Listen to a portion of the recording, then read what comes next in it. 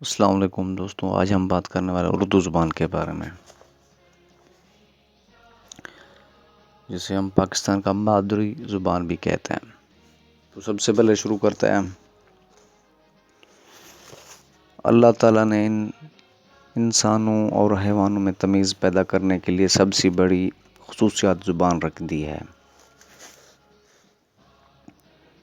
آدم کو گفتگو کی صلاحیت وادیت کی قرآن پاک میں ہے۔ رحمان نے قرآن سکھایا، انسانوں کو پیدا کیا، اسے بیان کیا۔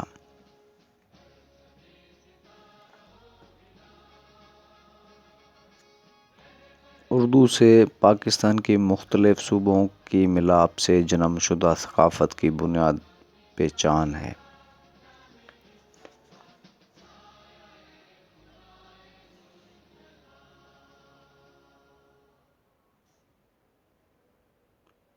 اس کا بنیادی رشتہ پاکستان کے علاقائی زبانوں مثلاً پنجابی، سندھی، پشتو، سینا، سراکی اور کشمیری زبان سے ہے۔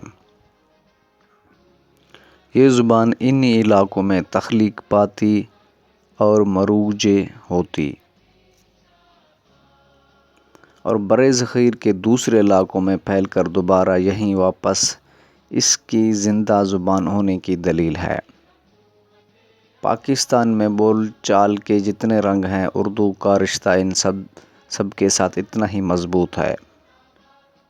پورے ملک میں اسے بولنے اور سمجھنے والے موجود ہیں۔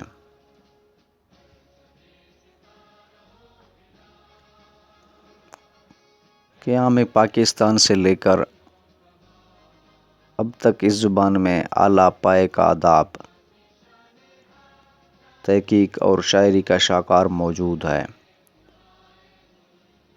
جس سے ہر نسل کا افراد